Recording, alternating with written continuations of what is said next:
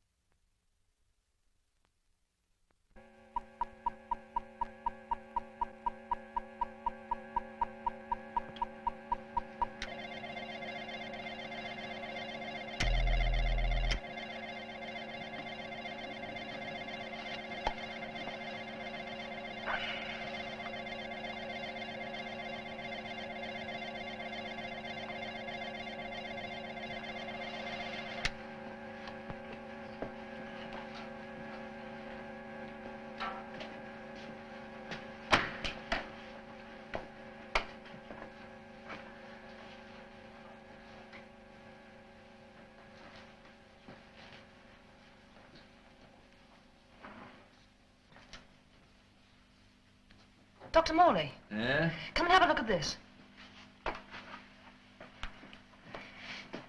That's over 100 miles up, coming in from space. Well, what's the speed? Over 10,000 miles an hour. Wait a minute, it's slowing down rapidly. It's undoubtedly a meteorite. It'd be a big one, then, to pick up on radar at that height. It'll disintegrate as soon as it hits the Earth's atmosphere. I hope so. At the moment, it's headed straight for London.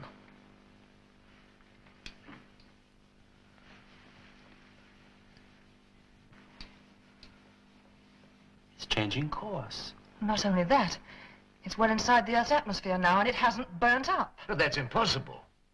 It means it's being guided down. Height 10 miles. It must be visible to the naked eye.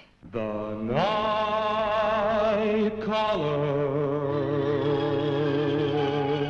is a mystifying name for a dangerous, intoxicating game. The night caller must be played with many skills, and the stakes are mad, forbidden, secret thrills.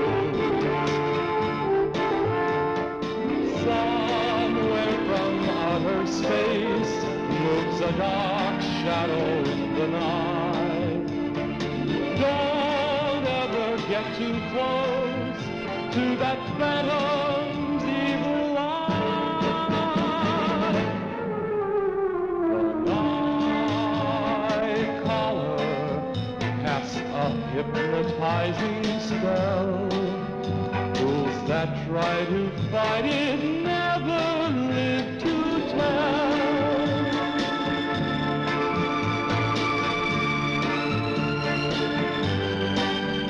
Fools that try to fight it never live to tell.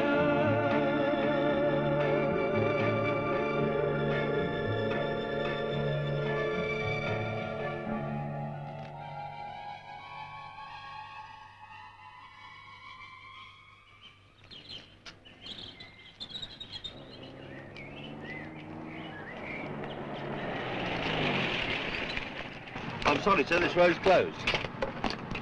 We have permission to look over this area.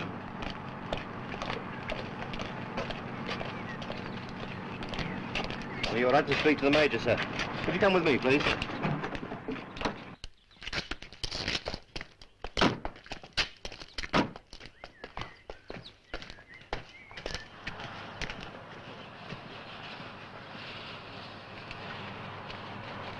You can start the cutting.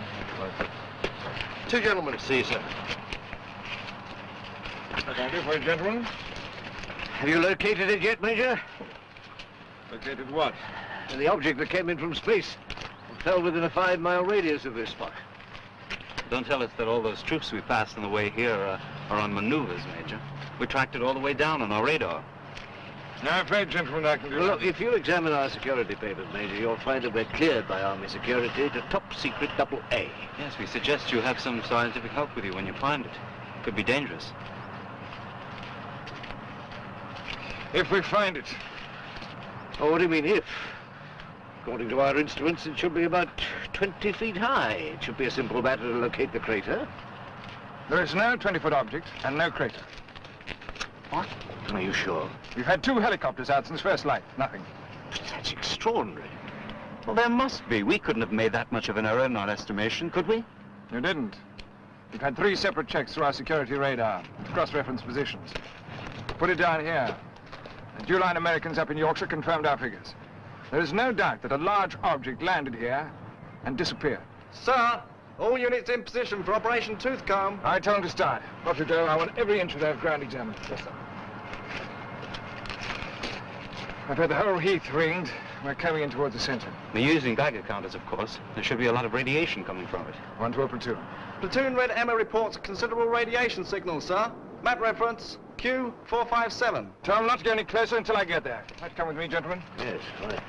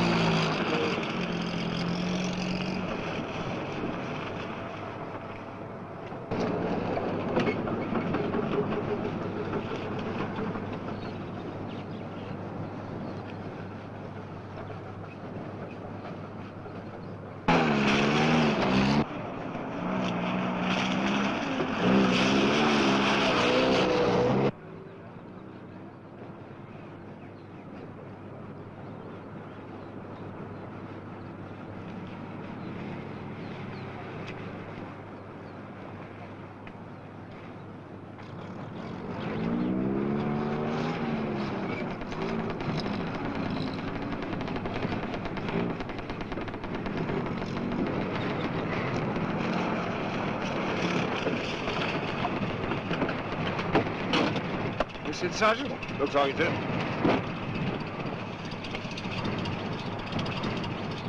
Well, that's what came down last night. There must be something wrong with our instrument.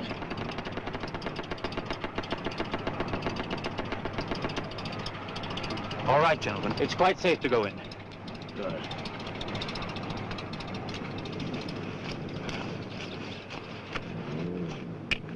It's cold. It's freezing cold. Well, it must have a remarkable latent heat capacity. Capacity quite beyond my experience. I hate to interfere with more mundane matters, gentlemen, but what is it? We can't tell till we get it back to the laboratory. You think that's what came down last night? Oh, yes, no doubt about it. This must have been a white-hot mass of flames a few hours ago. Now its temperature's well below freezing. Headquarters are bound to ask if it's of foreign origin. At the moment, Major, your guess is as good as mine. Do you notice the most amazing fact of all? We tracked that sphere through the atmosphere at a speed in excess of 10,000 miles an hour. Yet it landed without even denting the ground. That means it must have been guided down. Guided down with fantastic accuracy. Inhuman accuracy.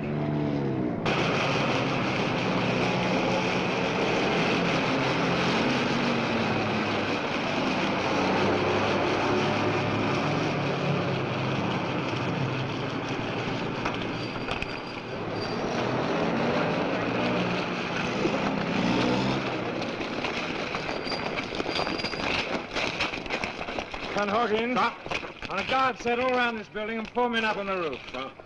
Get the rest of this area cleared of all non-essential personnel. Very good, sir. Lieutenant Hawkins, put that container in right away. Sir. Higgins! Jones! Yes, sir. Pick that up. Come on, Higgins. What do you think it is, Sergeant? Atom bomb? That's not the reason why, Jones. And if that is an atom bomb, Higgins, and you drop it, I'll have you on a charge. You can find us, Sarge.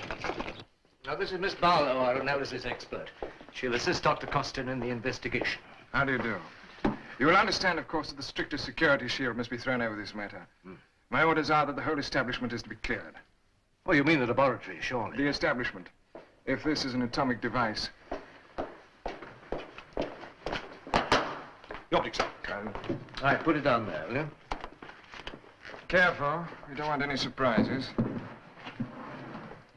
Right, Sergeant. That's how you do.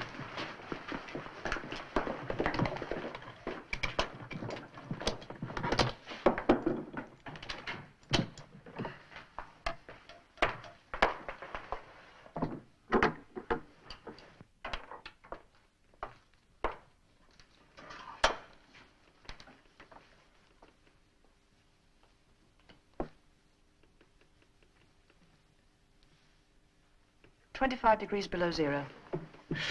What do you think it's made of, sir? Oh, a silicate or selenide of some kind. Dr. Morley, before you get too involved, I wonder if you'd be kind enough to show me around the establishment so I can set my guard.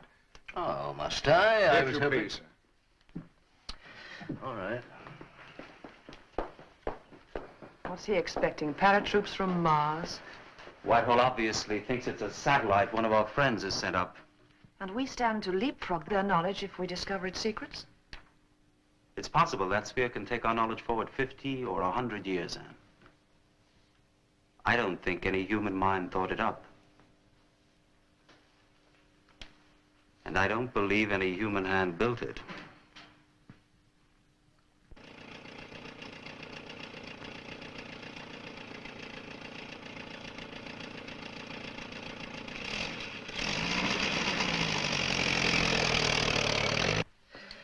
Now, don't put this down. I'm just thinking aloud. Origin's obscure in as far as... Hold it, hold it.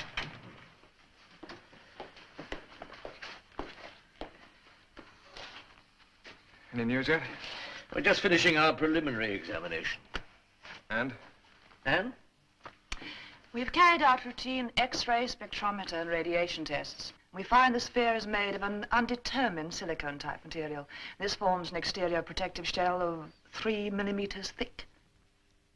What's inside the sphere? A lattice of carbon filaments. But the bulk of the interior contains nothing but a vacuum.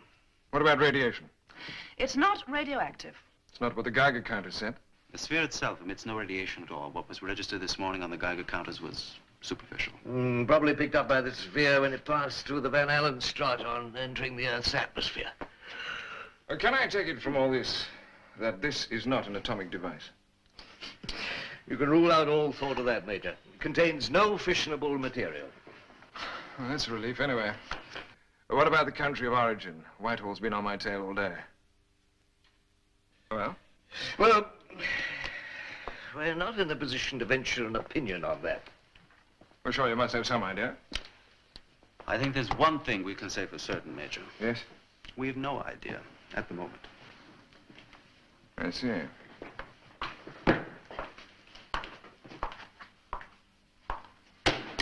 Well, I'm going to report to Whitehall. Perhaps you'll be kind enough to come with me while I phone Dr. Morley. They might want to talk to you. Yes, certainly. We're just finishing for the night, as it happens. Costin and I haven't slept for 36 hours. I'll follow you on, if I may. Fine. Miss Barlow, Dr. Costin. My word, that was close, I thought, for the moment. Yes, sir. The less the military knows at this stage, the better. Well, you see that it's locked away in the storeroom, Jack. Uh-huh. We'll see you both tomorrow, then. You know, when we do break into them, we shall have to do it gently, so they can assimilate it. Yes, it's possible we may have to do a little assimilating ourselves. Yes. Its potentialities are quite alarming. We mustn't let our imagination run riot. Good night. Good night. Good night. All right, Anne.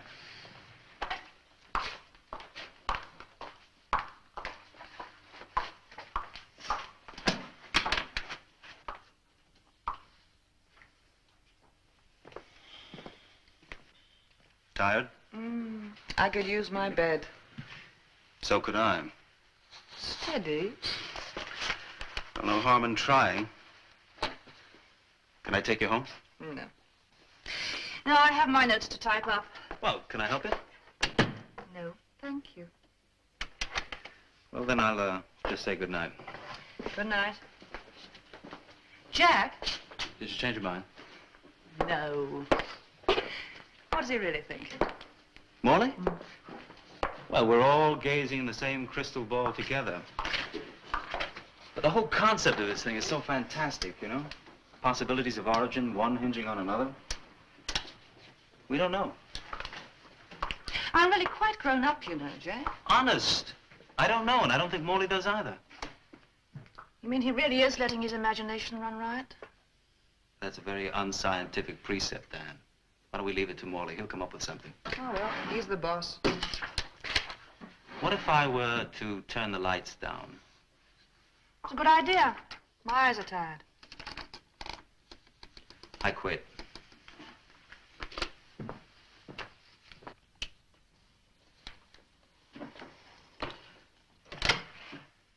night. Good night.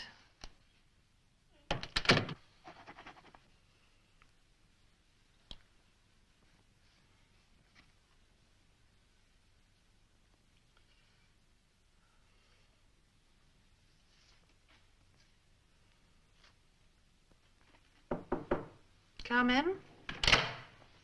Will you be wanting anything more, Miss Barlow? Oh, no, thank you. Good night, Jean.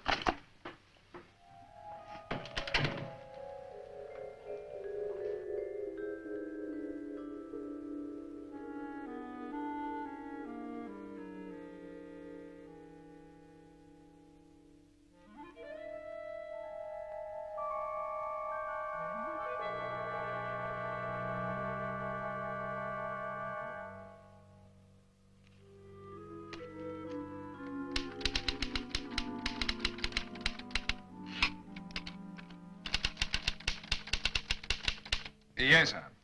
They've carried out routine X-ray, spectrometer, and radiation tests and find that the sphere is made of an undetermined silicon material. This forms a, It's a bad line, sir. I'm afraid I can't hear you. I beg your pardon? Oh, that was right, wasn't it? Yeah, word perfect. Says he doesn't understand a bloody word I'm saying. It's all right, sir. I'll repeat it. According to the information that I've been given, this what do you call it? Spectrometer. Spectrometer, sir. No, sir, spectrometer. S-P-E-C-T. Yes, I'm sure you can, sir. Does what, sir? No, sir, that's the salt. It's silicon. It's an undetermined silicon material. Yes, well, I was about to explain that, sir. You see, it forms a sort of protective shell which has a vacuum. I beg your pardon? I don't think I'm getting through to him, you know. Well, shall I? I'd be delighted if I could get a word in edgewise. Mm. Yes, I'm still here, sir. No, sir, it's negligible. Yes, I think I do know what I'm talking about, sir. I was trying to tell you. He's still concerned about the radiation. Well, tell him there isn't any. Yes, I know that the Geiger count has registered a certain amount, sir, but that was explained. Yes, Yeah, I'd give up. Look, it was probably picked up by the sphere on entering the Van Allen strata when it passed through the... oh, you're getting me muddled now. So, look, picked up when the sphere passed through the Van Allen strata on entering the Earth's atmosphere. No, I haven't developed a cold. I'm Dr. Morley. Morley, What? Well, no, you can hardly blame the Major, sir. Now, I don't think electronics forms part of the curriculum at Sandhurst, does it?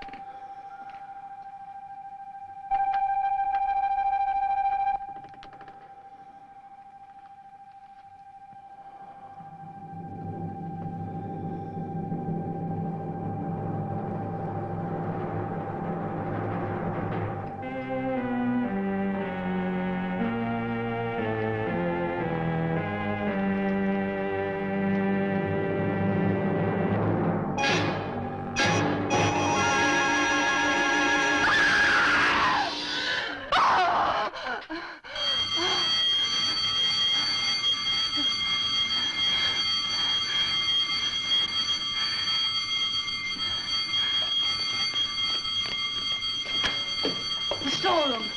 There's someone in there.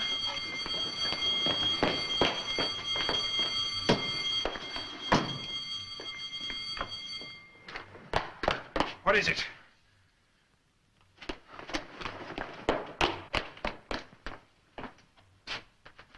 What's going on? Who sounded the alarm? Must have been the young lady outside, I imagine, sir. Everything all right in here? Yes, sir. Yes, I sounded the alarm. Why? Well, there was something in here.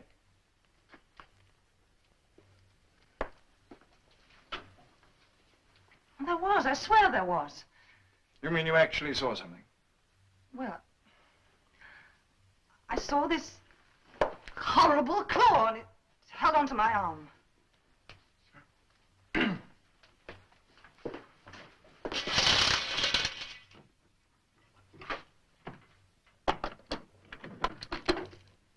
You there, Corporal Cooper.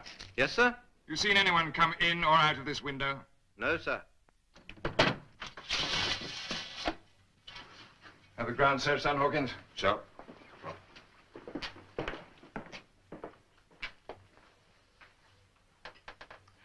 I know there was something in here. Both these windows are fastened on the inside. I don't care. Were you in the laboratory all the time, Miss Barlow? Yes. Yes, I was. So nobody could have got in or out of this storeroom through the laboratory? Can't understand it. I heard it distinctly. It? It didn't sound human. There was this strange breathing, and then this hand. Claw, you said? Hand, claw, I don't know. It wasn't human. I did see it. I think we better get you home, Miss Barlow. You need some rest. You think I'm imagining the whole thing, don't you? Just going on the facts as I see them, Miss Barlow. If anything or anyone had been in this storeroom, and they'd still be in here, now wouldn't they? Wait, I've forgotten all the excitement. Just before I heard these noises, I felt strange. Yes, I almost fainted with a terrible pain in the head. That's probably our answer. A migraine. Do you suffer from it? No, and this light. The light, this blinding light. Light? Yes, coming from in here. Come on. We'll get you home.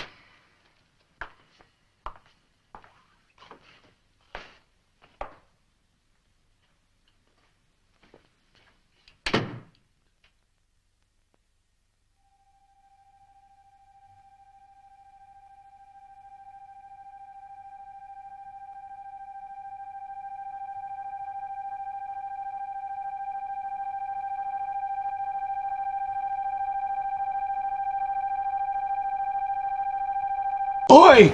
Hey! Hey, Ghastly, over here! Knock, knock!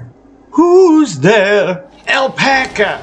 Alpaca who? Alpaca suitcase! I'm fucking out of here! Ooh!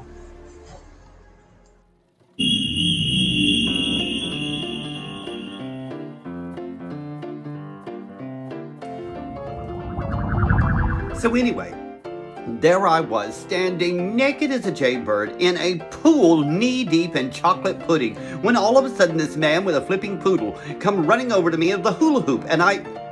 I'll tell you about it later. Well, welcome back. Wasn't that interesting? As I said, this movie has its moments. Just hadn't had one yet. But I'm sure that it's coming. I'm sure that it's going to get much better in the second half. I hope. Anyway, would you believe that Leonard Maltin, yes, Leonard Maltin, he said that this thing was a wonderful piece of sci-fi, that it was very compelling. I don't know what Leonard was smoking that night. I don't know if he saw a different movie. Maybe he saw something called Nightcaller when he should have been seeing Blood Beast, or I don't know. But he said it was very compelling. Audiences didn't think so. No, when this movie premiered, audiences went, They did not like it at all. I mean, they were like, what is this? I mean, it rates right up there with Daughter of Horror. Oh my God. If you haven't seen Daughter of Horror, you need to go to my YouTube page and look at that. It's that entire movie where no one is speaking. They don't say a word. Anyway, I'm going on to a tangent. Now, let's take a look at some funny commercials. You know me, I always try to pick out the best. And these are pretty damn funny. I think you're going to love them. Let's take a look at a couple of them, and I'll see you back here in just a moment. All right? Let's go. Okay, I'm gonna teach you houseworkers English very slowly. Yes, Marisol. The baby shit in his panties. I don't know what you just said. Oh my god, the baby shit his pants! I tell you, the baby shit his panties. You need to properly enunciate. Don't you tell me how to talk, a stupid bitch! Daytime Pampers has wings. I wish I had wings so I could fly the hell out of here! Marisol, you're doing a great job. Not like the rest of those fucking idiots. Those fucking idiots are my family members. Oh my god, say it again! What do you feed this baby? Quesadillas. Los Pampers más aborrentes que jamás se han hecho. What an amazing night. Isn't everything perfect, Remington? No, it's great. But there is just one small thing. What's that? This coffee tastes like our cat's ass. How do you know what our cat's ass tastes like? Mr. McGregor, help me! Christ, that is a lot of hair you've got there! I think my husband and cat are having an affair behind my back. Oh my god, not again. Let's call the police. But first, Folgers! Folger? And it's brand new. Check it out. I even hand-painted it on the sign. You painted that? Hell yeah, look at all the work I put into this shit. Realistic looking coffee pot with crystallized stream of coffee powder. You must have spent a lot of time away from your wife. Yeah, she and the cat have been acting kind of weird lately. Oh my god. You better go check on him. Hey, now it tastes like the neighbor's dog's ass! You know what, Remington? I'm not sure this is gonna work out. Folgers coffee. Stop fucking your cat!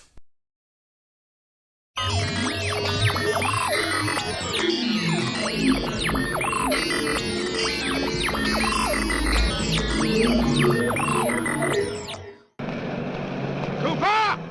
On the roof for 3 men and 2 machine guns. Bellows! Guard the west side of the building. Front gate picking in position, sir! Right.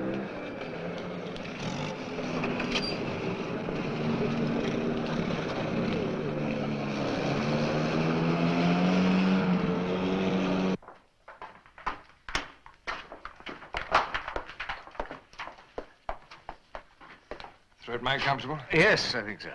Field telephone to the laboratory ready, sir. Radio circuit to the laboratory ready, sir? Check the amplifier circuit. Yes, sir. Right, I'm ready. I wish you'd let me do this, sir. Now, I'm sorry to pull rank on you, Jack, but I wouldn't miss this for the world. Well, good luck then. Good luck. Oh, thank you. I still think this is a fantastic lot of nonsense, but I'd be a lot happier if you'd let a couple of my men come with you. No, thank you. Now, let's go then. Right.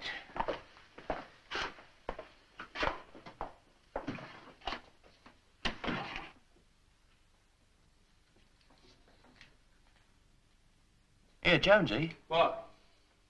Come here. If you stare at something long enough, do you get to imagining things? Nah, not really. I was just looking at this thing here, and guess what? What? I distinctly saw a little trap door open in the top. Get away. Then what happened? A tiny little monster from Mars stuck his head out and stared at me with his goggle eyes. Go on. What happened then? He says, "Take me to your leader." Look out, there he is.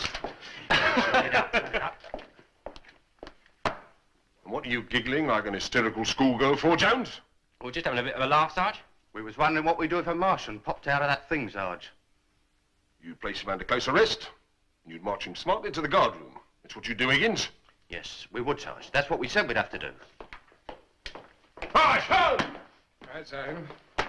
Right, outside you two! Have a whole car move! Excuse me, sir. What? Oh. You try it, sir. 1, 2, 3, 4, 5, testing. Coming through loud and clear, sir. Good. You'll be all right? Yes, and don't forget, under no circumstances are you to interfere. Good luck, Doctor. Thank you.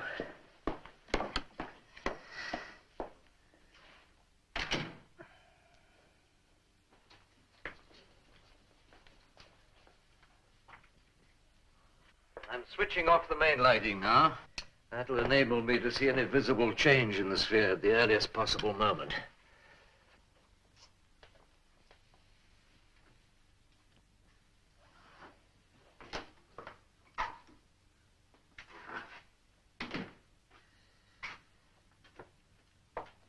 Okay, you can start it.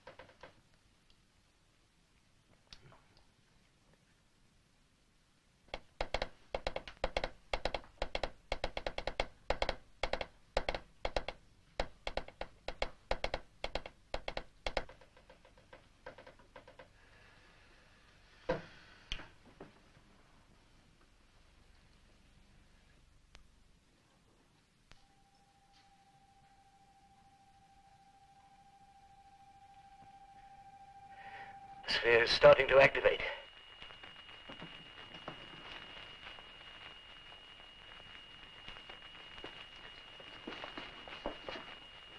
It's jammed, sir.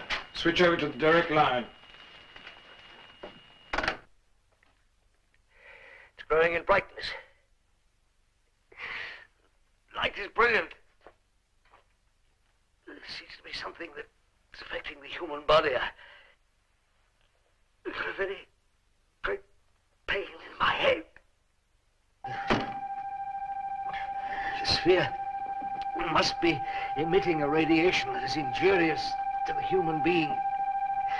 I suggest, I urge, that everybody keeps clear till we know more about its effect.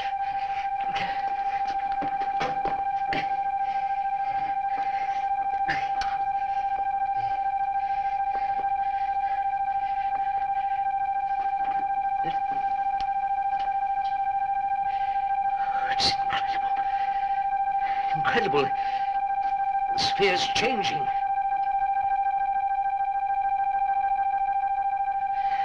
Like, it's growing unbearable. It's no good. I can't stand it any longer. I'm going to get him out of there. Major, leave him alone. We never expected this would be pleasant. He can walk out any time he wants to, so you must leave him alone. Even with my back to it, the light is beyond human endurance to cover my eyes. The pain in my head is intense. It's beyond your jurisdiction now, Doctor. Stand aside. Major, Dr. Morley asked to be left alone. We must respect his wishes. My glasses. Glasses. No.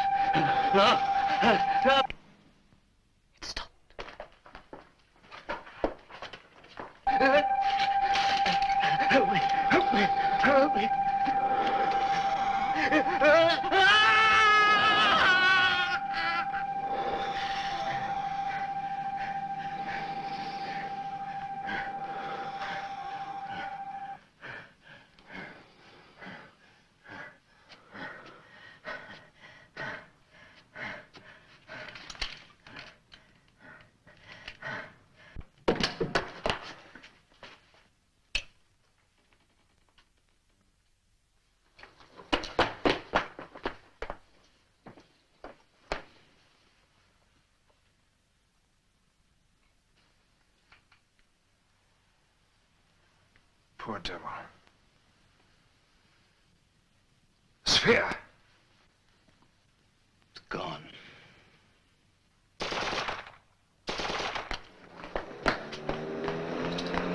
You two, Sinclair, Rollins, get over to the west wing. Sergeant, what happened? Here, Two of the men thought they saw someone jump from the storeroom window, sir. And? They challenged him, but he ran off. A couple of minutes later, I spotted him, I opened fire. Yes? Well, I could have sworn I hit him. sign of him yet? But he just disappeared. 1 minute he was there, next minute nothing. Well, didn't you see him clearly? No, sir. All I saw was a sort of a black shape. Major, sir, this way, please. Cover the gate, son. Sir.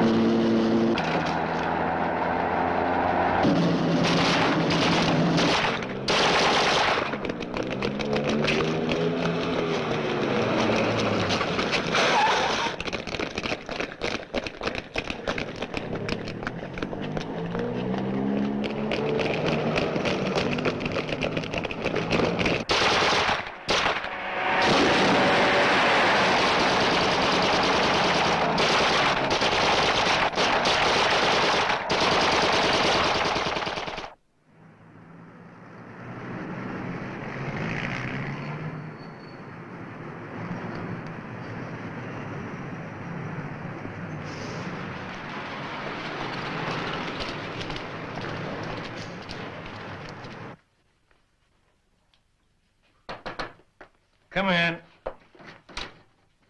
Ah, Dr. Costain. Good of you to come along. I'm Superintendent Hartley. Sit down, won't you? Doctor, do you mind if I start off by asking you a question? By all means. How well did you know your former colleague, the late Dr. Morley? Not very well. I learned in a very short time to respect him and to trust him a great deal. Had he survived, I'm sure he could have told us something about the creature. What he looked like. What his purpose was here on Earth. You've seen this, have you? Yes, of course. I'm afraid I've stirred things up a little bit by giving my story to the press, but it seemed to me the only way to get all that's happened into the limelight. Ah, yes. When a story like yours breaks, mind you, here at the Yard, we view the whole thing with incredulity. Still, we can't afford to ignore anything, no matter how far-fetched. Particularly these days, so much going on in the world, isn't there? In the universe, yes, it's been going on all the time. Right now, we're finding out about it. Look, I've got a list here of the names of all the girls who've disappeared. And, you know, with one or two exceptions, not one of these girls has any known living relative. And this fact seems to fall into line with your theory, doesn't it? Oh, by the way, just for the record, what do we call him? Man, creature, thing? Anything. Smith. Jones. Smith. Good. Now, how did you arrive at a connection between Smith and these missing girls? In simple language, if you please, Doctor. I thought the press were fairly explicit. Smith has been seen. Vaguely described, I'll admit, but seen, standing outside the homes of some of the missing girls. So Smith either murdered these girls or spirited them away. Taken them back into space. For what purpose? I don't know. Yes, but it's a pretty long shot, isn't it, Doctor? Yes, it is. Can I ask you a somewhat pertinent question? Yes, go right ahead. You seeking publicity? If that were asked by anybody but a police officer, I'd clobber him. I'm sorry. Look, Superintendent, please get this straight. I gave my story to the press purely in the hope of getting police cooperation. We are not scientists, Doctor. I know, but somewhere along the line there must be a bridge between science and criminal detection. If you accept my premise that Smith murdered these girls, or abducted them, or whatever, then we must work together. Yes, well, I've been given permission to work with you. Where do you want to start? I'm glad. I received a letter this morning from a woman named Madge Lilburn. She's got a daughter that's been missing for 3 days. I think we ought to interview her. It goes like this. I haven't been to the police because they've never believed my story. And then yesterday I read your article in the newspaper. Jean went out about 7 o'clock that night. Said she'd be back about 11. 11. Anyway, well, we went to bed early, didn't we? Yes. So she got her own front door Yes, key. she's got her own key. Anyway, when Madge went in to call her in the morning... When I went in to call, you see, she found a bed hadn't been slept in. There's one thing you ought to know there, sir. I know what you must be thinking, but really, Jean isn't the sort of girl to go off without a word like that, Never is has she? been, no. You know, she's a considerate girl. Always been proud of her, you know. Yes, I'm sure. Did you know where she was going? Well, it was a secret, you see. See, she was going after this very good job. Wouldn't tell us about it. No, she didn't tell us what it was. But she was very excited about it all, wasn't she? She was. Any idea what sort of a job it was? No. No. I'm sure it's all something to do with that horrible man. What man? Well, one night last week, there was a ring at the door. It was Thursday. Thursday? Yeah, it was my lodge night, wasn't it? Oh, it was Thursday, that's right. Well, there was this ring at the door. Madge was all alone, you see. I was all alone. Well, I begged her to let me get her a dog, you know, Alsatian or something. She won't have it. You know. She says it mucks up the furniture. Go on, dear. Tell him about the man. They haven't got all night, I have they? would, wouldn't I? Got other calls to make. Well, anyway, it was Thursday. There was this ring at the doorbell. Well, I was alone in the house, as Reg says. I was quite surprised, really. I was a bit scared because, well, we don't get visitors very often at night, you know, not during the week. Well, except Frida, she sometimes pops in, but I knew it couldn't be her. She'd gone down to Crawley. She told me she was going. Well, anyway, it was Thursday. I was all alone, as Reg says. There was this ring at the door.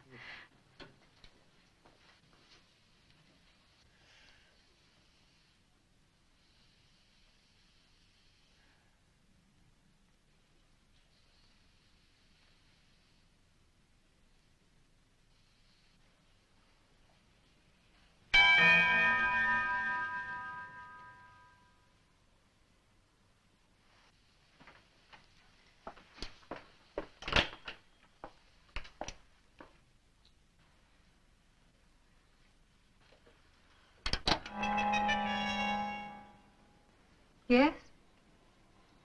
Who is that? What is it? What do you want? Mrs. Lilburn, Yes? is your daughter in? Oh, no, I'm afraid she isn't. Did you want to see her? I have a parcel to leave her. Oh, is that all? Well, I'll take it. Come on, then. I don't want to stand here all night. It's cold. Give me the parcel. Good night, Mrs. Lilburn. Good night. Oh, he gave me the creeps, though, I can tell you that. Standing there in the shadows. He did have a nice voice, though, I must say that. Yes, he did have a nice voice. It was sort of educated, you know. I always say you can tell a well-educated voice. And you think this man may have had something to do with your daughter's disappearance? I'm certain of it. You shouldn't say What Well, makes you say that, Mrs. Lilburn? Well, there was this packet he left for her. Oh, what was in it? Well, it was a Photograph. photograph of Jean.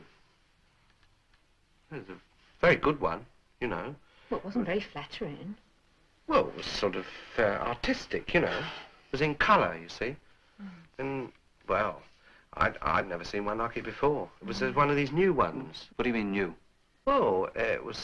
Funny, wasn't it? Was. I'd never seen one like it before. It was made of a sort of plastic, you know, and it was... Well, in 3D, you know. 3D. May we see the photograph, Mrs. Lilburn?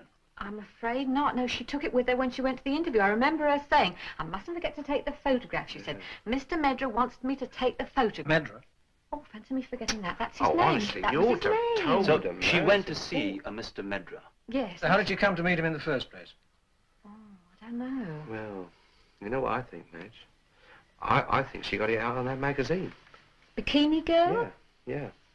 Bikini Girl. She's always reading this magazine, Bikini Girl. She's dying to be a model. You got a copy of it here? Well, there should be one somewhere, I think. Oh, thank you. Mrs. Lilburn, you mentioned something about his breathing. Oh, yes. It was heavy, you know, very heavy, like he got asthma or something. You know, like when he had that bad turn of bronchitis. Do you remember? Well, don't 57, wasn't it? Medra. That's right. Send the name down to records, see if they can dig anything up. Yes, sir. How many girls is it, Grant? 21 with the Lilburn girls, sir. 21 girls disappeared in under 3 weeks. Without a trace and for no reason. I thought I'd seen it all. I've never come across anything like this.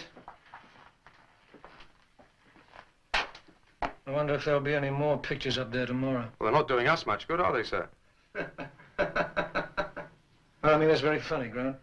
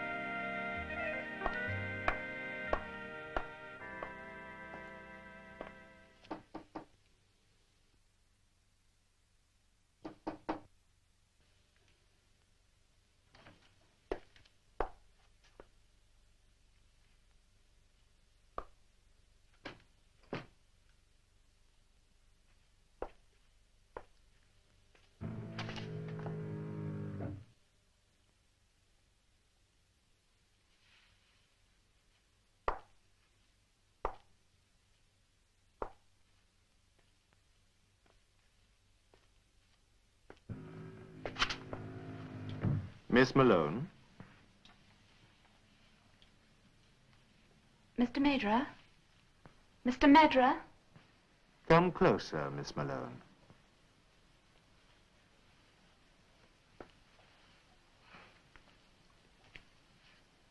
There is nothing to be afraid of. Are you afraid of me? No, I'm not really. Sit down, please.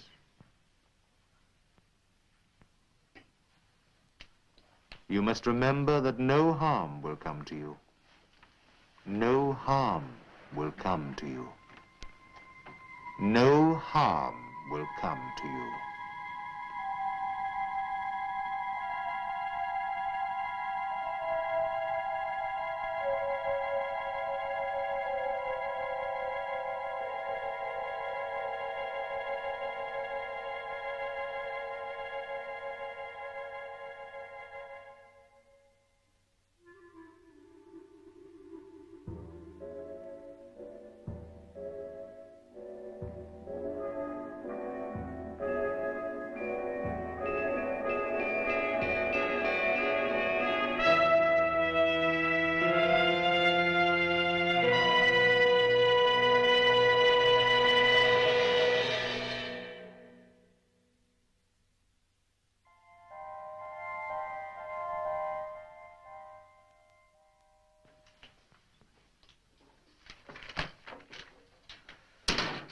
Any luck? Records have nothing on Medra, sir. What about Interpol? No, nothing like that, sir. I've checked all the photographers as well. No one called Medra. I might have found something. Look at that ad. Independent television film producer requires talent. Young ladies with looks, personality and ambition needed. Please write with recent photograph to box 968. There's not much to go on, I know, but it's worth checking. Go around the missing girls' homes. Tonight, sir? Yes, tonight. Yes, sir. All of them, sir? All of them. What am I looking for, sir? You're looking for copies of this, Tom. Copies of Bikini Girl. Well, you'll better see about doubling the force there, Commander. Yes, sir. Right, what's next? Well, we should be discussing Hartley's case now, sir. Ah, yes, indeed. And by the way, Savage, I see you've made no progress on that research establishment business. Very not, sir. Well, it's over a month now, you know. I'm sorry I'm late, sir. 2 more reported missing. That makes 23, doesn't it? Yes, sir. We have got a couple of leads at last. I found a common denominator between them. They all read a magazine called Bikini Girl, and they all applied for a job advertised in this month's edition. And you think that that job was used as a bait? Oh, yes, there's a regular pattern to it. They apply for the job, they go up for an interview, where they have their photograph taken. And the photograph is then delivered to the girls' homes on the night before they disappear. Now, I've got a couple of descriptions of the man who delivered them. It's the same man each time. But he sounds a bit of a freak, sir. A freak? Yes, he always comes after dark and he always stays in the shadows. He seems to be very tall, and he wears some sort of a scarf across the lower half of his face. And from the sound of his breathing, he could be an asthmatic. Well, it shouldn't be too difficult to find. Well, I've saved the most important lead until last, sir. Grant was checking the girls' homes about this Bikini Girl magazine, and he came up with the only piece of luck we've had so far. What's that? One of the girls has a younger brother, collects car numbers. He was coming home from Scouts one night, and he took down the number of a car parked outside the house. Well, that simplifies matters. Well, not quite, sir. You see, Grant checked records half an hour ago. The car's been reported stolen. Oh, no. Yes, months ago. From the government research establishment at Faisley Park. Yeah, all right, Fred. Right. How'd you get on, sir? Oh, splendidly. The old man's put the head of special branch in charge of the case. Commander Savage? Why on earth should he do that? Still hush-hush, I'm afraid, Tom. Let's leave it at that. Did you get through to the editor of Bikini Girl? Yes, sir. The advertisement was paid and posted in with a post office money order. They've seen the people concerned. The address given was a false one. I checked. Was there a name on the application? Medra. I also found out how many applications had arrived at the box number. How many? 201. Good grief. Yes, the editor said that sort of ad always gets a lot of replies. Yeah, but they must have forwarded the applications on to somewhere. Too true, sir. To an address in Soho.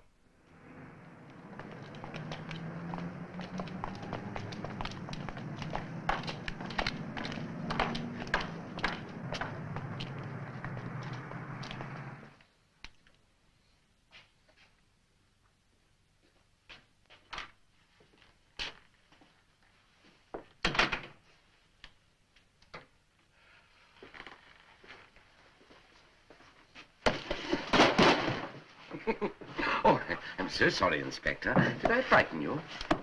Superintendent, no, you didn't. Oh, congratulations. It's some years since we last met, isn't it? Yes, it is. 6 months for living off the proceeds, wasn't it? Mm-hmm. It's in the same game, is he? Different version, same game.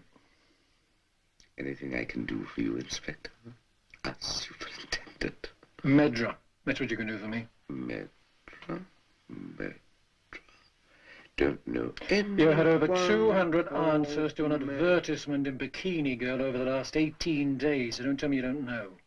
Use my business as an accommodation address. Anything wrong in that, Superintendent? You'll find out what's wrong if you don't cooperate. Now, come on. Give me a description. That'll be hard. Yes, he always did seem a creepy sort of bloke, though. But if you don't do business with peculiar people, you don't do business in this part of the world. Now, what did he look like? You must have got a good look at him in here. He always had a scarf all over his face. You couldn't see very much of it, but he was tall. Yes, he was very tall. He was about 6'5", I should think. Very odd, too. He always had a strange way of keeping in the shadows. Yes, like you. Now, come out from behind there where I can see you. Who? How do you mean odd? Well, sort of unnatural. Some people aren't normal, are they? No, they're not. I suppose I've seen this mirror about a dozen times. Each time I've seen him, he seems sort of weird. No, I know. Sounds crazy. I think he wore a mask. A mask? But under the scarf? Mm-hmm. A mask. You could see his eyes through the slits. Oh, they were horrible. Green, like a snake's. I like men with nice eyes, don't you? I tell you something. He even gave me the creeps. Then why did you agree to handle letters for him? Because he paid me well. 50 quid down, £1 for each letter. Not bad. I did all right, didn't I? I didn't know he was crooked, though. Who said he was? Well, I thought, what's he done, anyway? You've read in the papers about the girls who've gone missing? Yeah. Well, I had nothing to do with that. No? Oh, letters, girls, photographs. Some men pay a lot for the little in my line. How did he get the letters? Called for them every couple of evenings. You expect him this evening? Mm-hmm. Any particular time? About 6:30. Where can I hide a few men?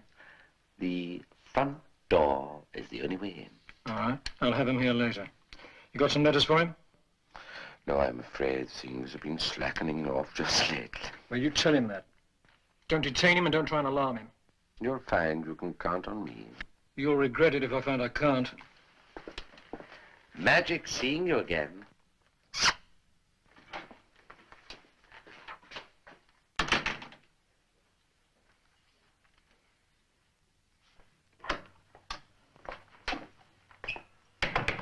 You wanted to see me, sir?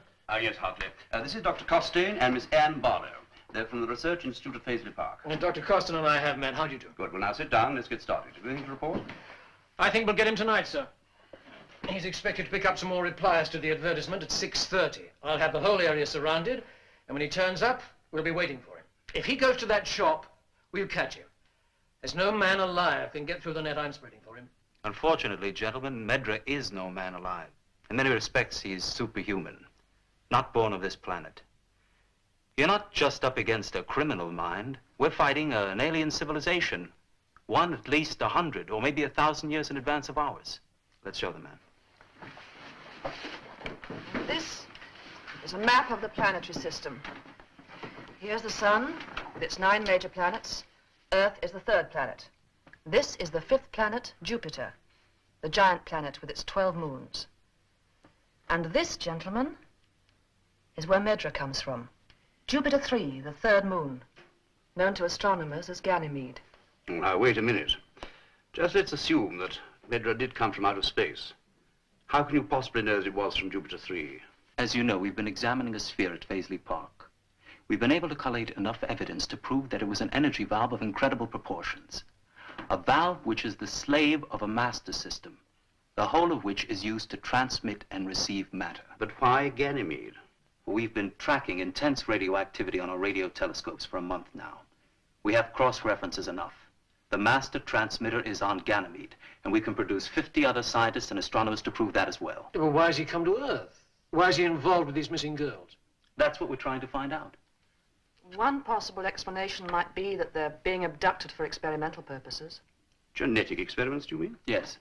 The investigation of man under laboratory conditions. Insemination would be a simple matter for a science like theirs.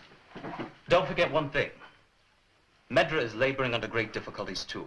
He's in a foreign environment, like a diver under the sea.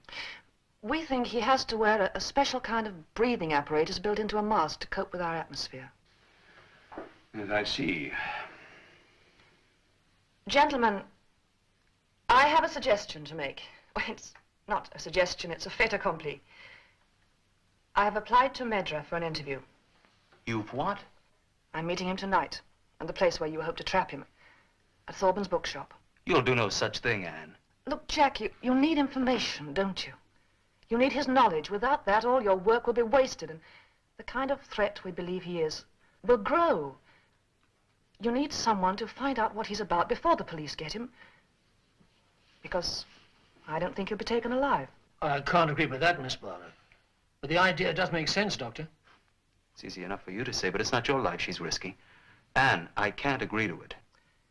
I'm not under your jurisdiction in this matter, Jack, so no one's going to stop me. Just give me a few minutes with him, that's all. We gave Dr. Morley a few minutes. I know. But Medra must have known that Dr. Morley constituted a direct threat to him. But so would you. I don't think so. Just a few minutes, Jack. Please. Now, after all, I don't see she can come to any harm. The place will be well guarded. We'll be less than a stone's throw away from her. All right. Have it your way. All right, boys, take up your positions.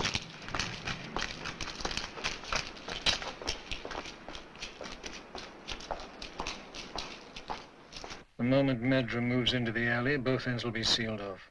Are you sure there's no other way out of that shop? Oh, there's a window, but it's heavily barred. Only if he's coming, he shouldn't be long now. What about Miss Barlow? She'll be here any minute.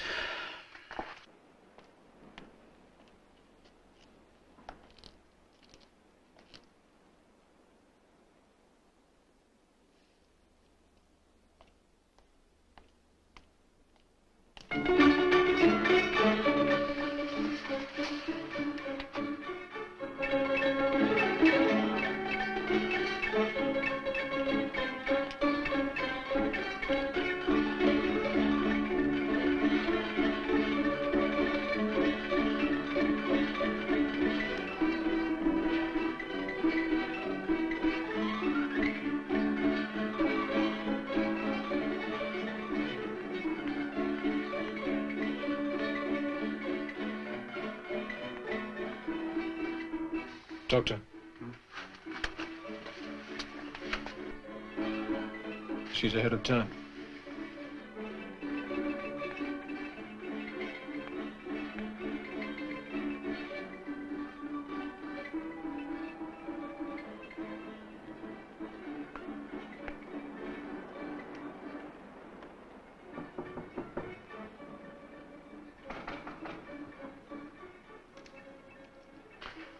Typical of Thorburn to leave the door unlocked. Lazy brute.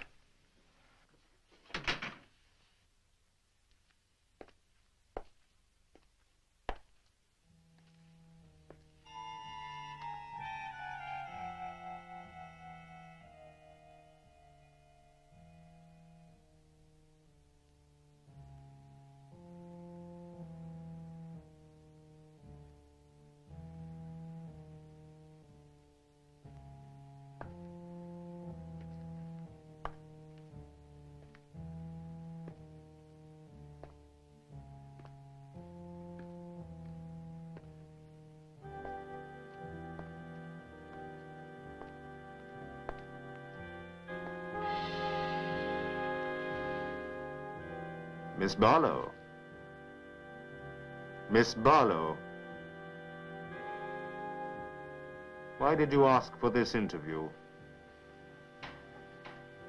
I was interested in your advertisement.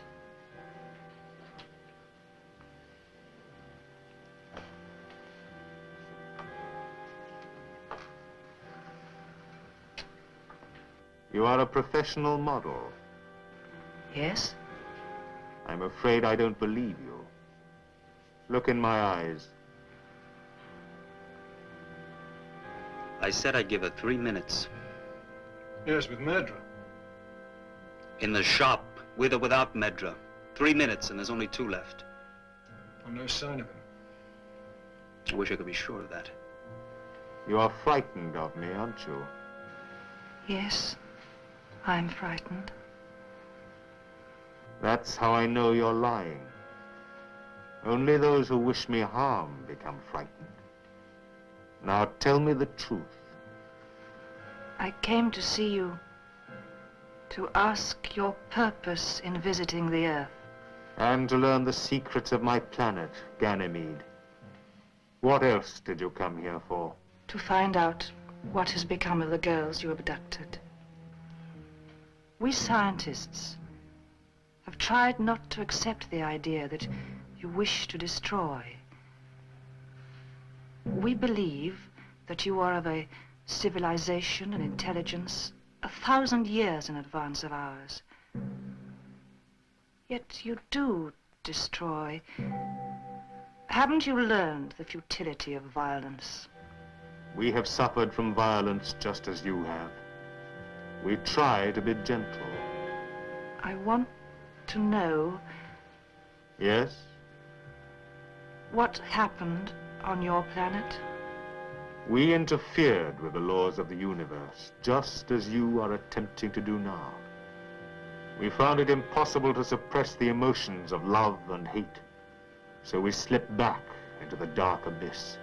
The problem of life is that there is always an enemy who will kill or be killed. There is always someone to fear. You have no need to fear me. On the contrary, I fear what I cannot control. And I cannot control an intelligence that is almost equal to mine. A mind such as yours searches and destroys.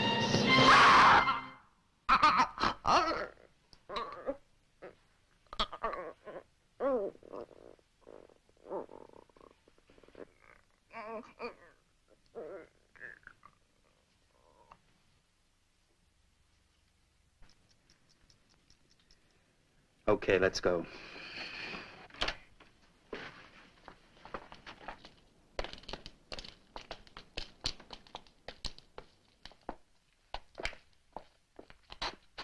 Anne!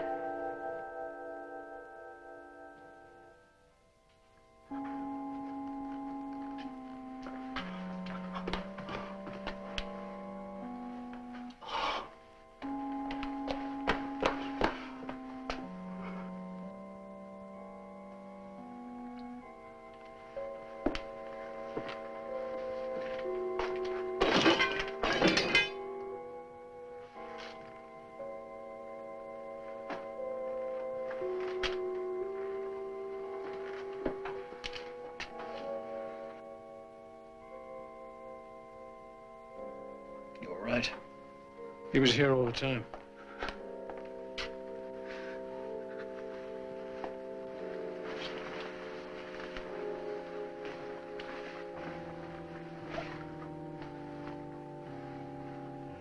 Grant, get your men to search every square inch of this area. I want a ring round the whole of Soho.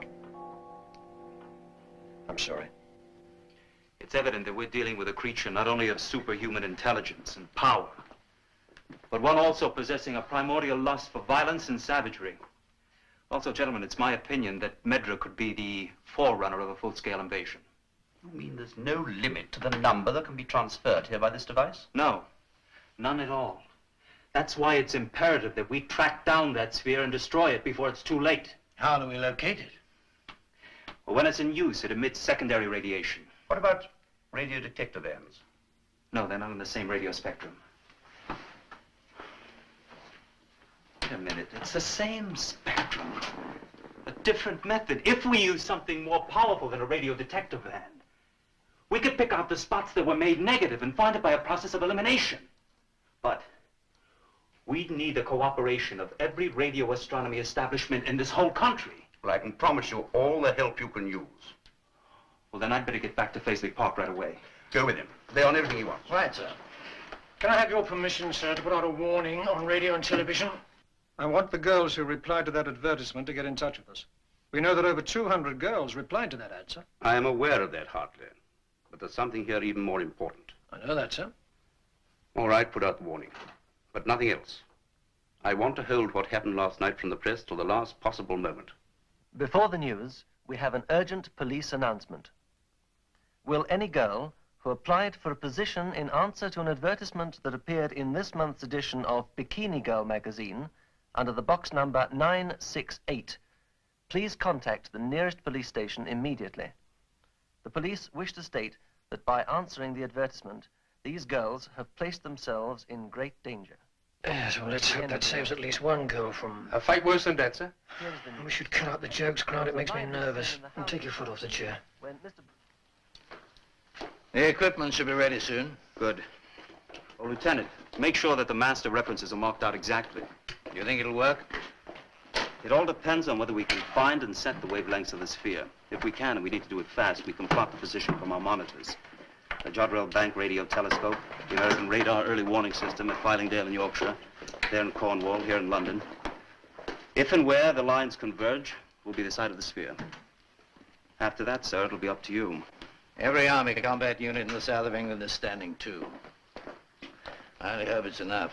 Well, thank you very much indeed for getting in touch with us. Right, we'll be there in 10 minutes. Sir, that girl I just was speaking to has met Medra. What? Met him last night. Would you get the address? Well, thank you. I'll send a police officer around to get the details. Have the place raided. That's not all, sir. She just had a photograph delivered. You can guess the description she gave. I'm going to see her. If they stick to the pattern, she should go missing later on tonight. I want 20 men for a raid, and I want them armed. Anything happen yet? Why don't you relax? Relax. I guess you're right. There's nothing I can do until Hartley gets through. Tell me, this what do you call it, transmutation of matter. Do you think we'll ever be able to do it? It's possible. You might say we have our feet on the bottom rung of that ladder. We have. Yeah, we can transmit in 2 dimensions. On the telly. All we need is the third. Substance. And then we'll be able to pay them a visit, eh? Would you like to be the first volunteer? No bloody fear. Good. Then you can relax. Because before we did that, we'd have to land a transmitter on Ganymede, which we're not able to do. I think we could stick to present problems for the moment. Suits me. And you say it was a strange interview? I must say I was a bit scared at first. It was this beautiful suite of offices, you see, with no one in them. And then the door opening without any warning. Of course, I realized it was worked by some kind of remote control, but they make you jump when they open all the same. And this Mr. Medra, did he threaten you? Well, you'll think this is funny, I know, but I can't remember him. I remember standing in this room asking if he was there, and I remember his voice speaking. It was a wonderful voice. Kind and soothing. Do you know what I mean?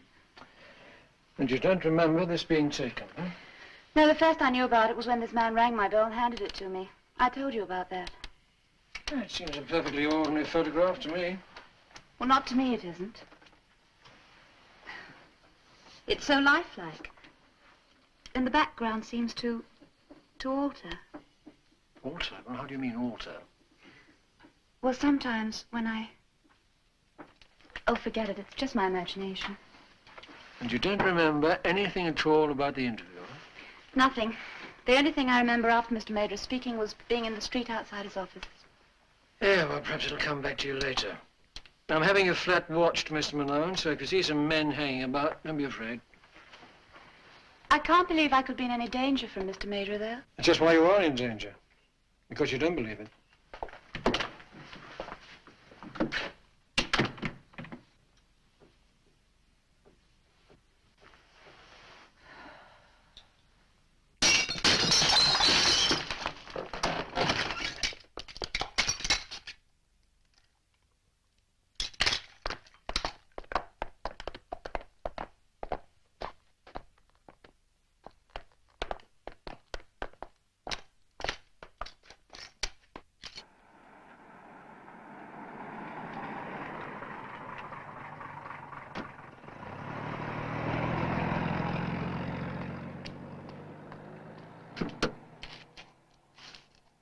No luck at Medra's office, sir. It's deserted. Did you leave somebody outside? Yes, sir. How'd you get on with the Malone girl? She didn't tell us a thing we don't already know. I've got a feeling, though. I think Medra will make a move for her tonight. We're staying put.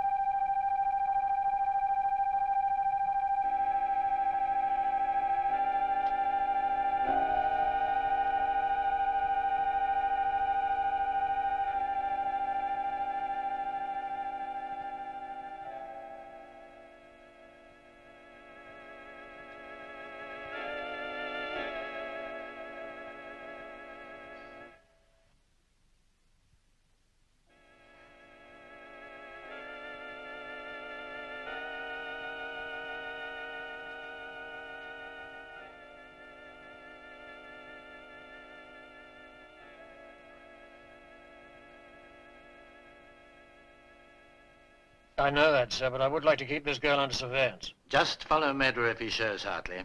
We must find this sphere, locate and destroy. Keep in constant touch. Very good, sir.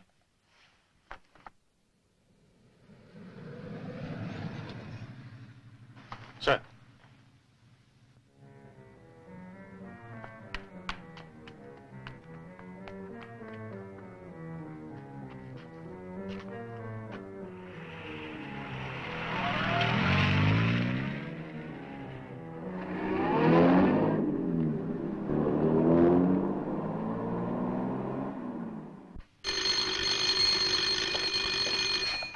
Yes? What? Medra's just picked up another girl. Don't lose him, Hartley. Lieutenant, keep this line open and mark the route. Message coming through from Jodrell Bank, sir. What is it? They've started to pick up a signal from the sphere, sir. No direction obtainable at present strength.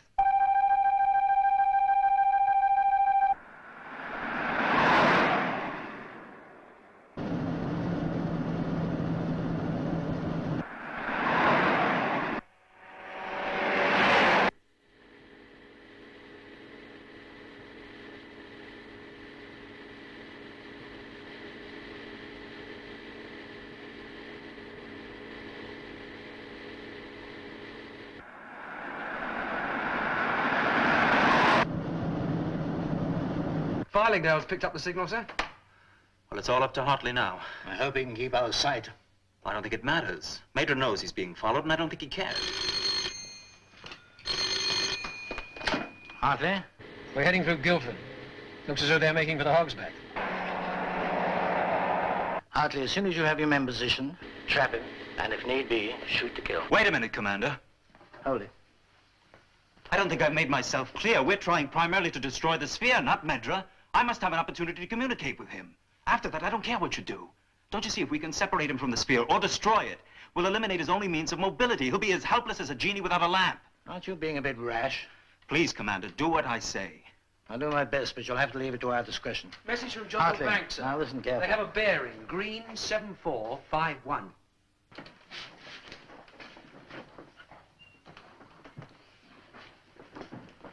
All right, keep at it. I've got a signal now. Farlingdale has a reading, sir. Blue 857. Well, that's about 10 miles from here. Position now reported, sir. Village of Rusley. All right, let's go.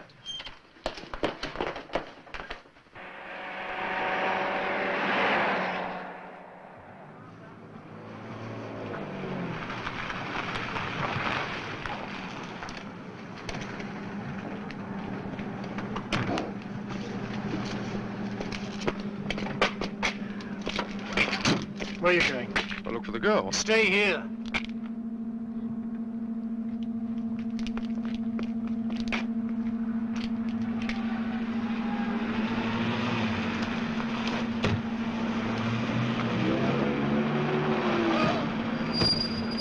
Who are you, men? Cover that building.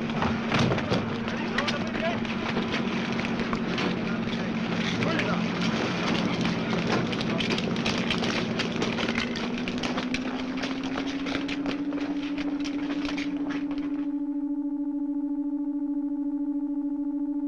Surround this place. Corporal, set the men so every exit is guarded. In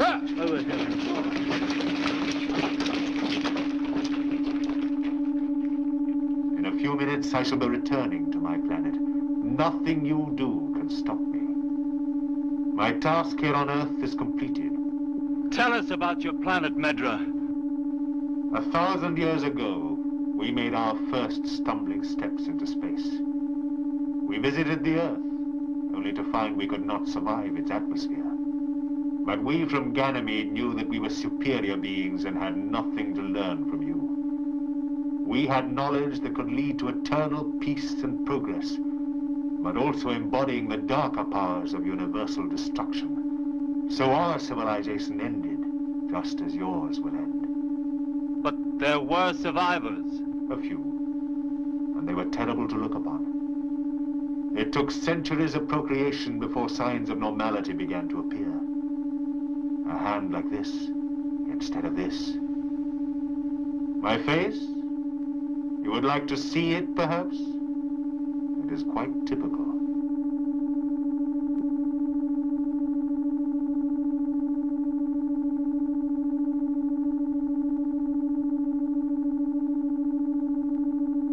Is that why you came to Earth?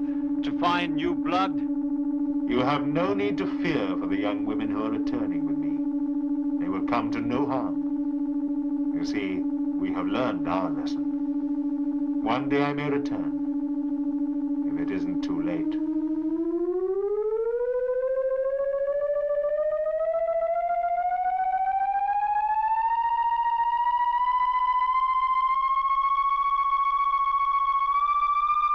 Let's hope they find the cure. And tell us.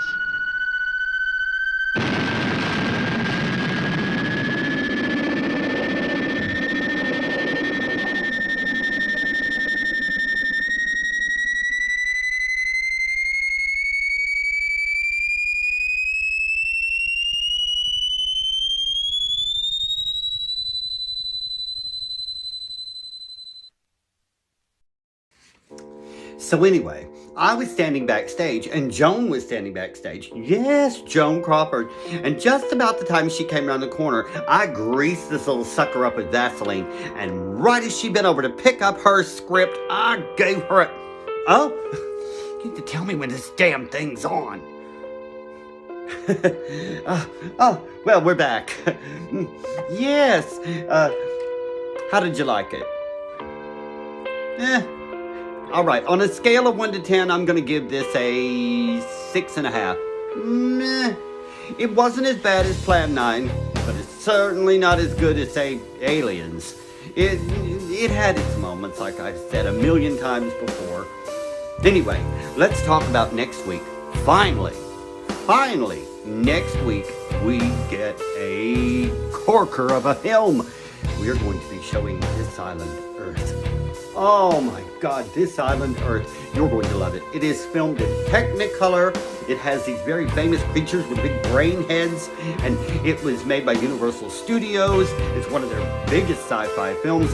You know, I think that it rates right up there with It Came from Outer Space and Forbidden Planet. Yes, it does. Oh, and I mean, like I said, it's in Technicolor. It took 2 years to film the damn thing. It is wonderful, and you're going to love it. You're going to absolutely love it.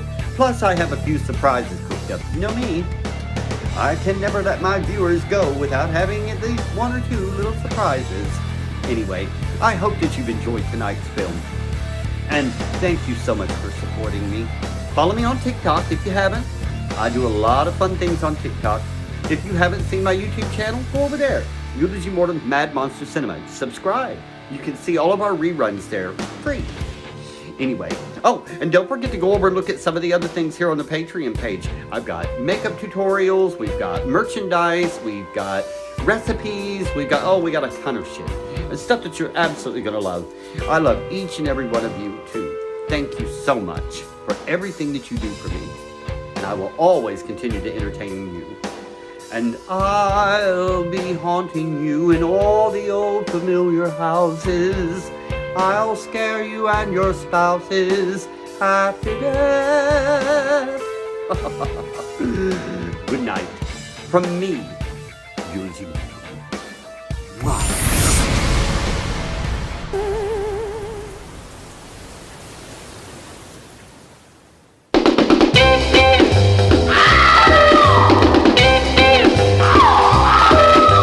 I know just where to take you when we see a show.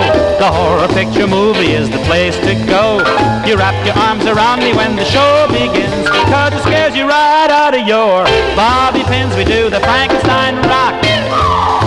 We do the Frankenstein rock. Oh, you quiver and you shiver and you shake it with fright. It's the only time I ever get to hold you tight. Old Frankie's so tremendous, he's got stitches in his head. He meets a teenage werewolf and forgets he's dead. They call the zombies over and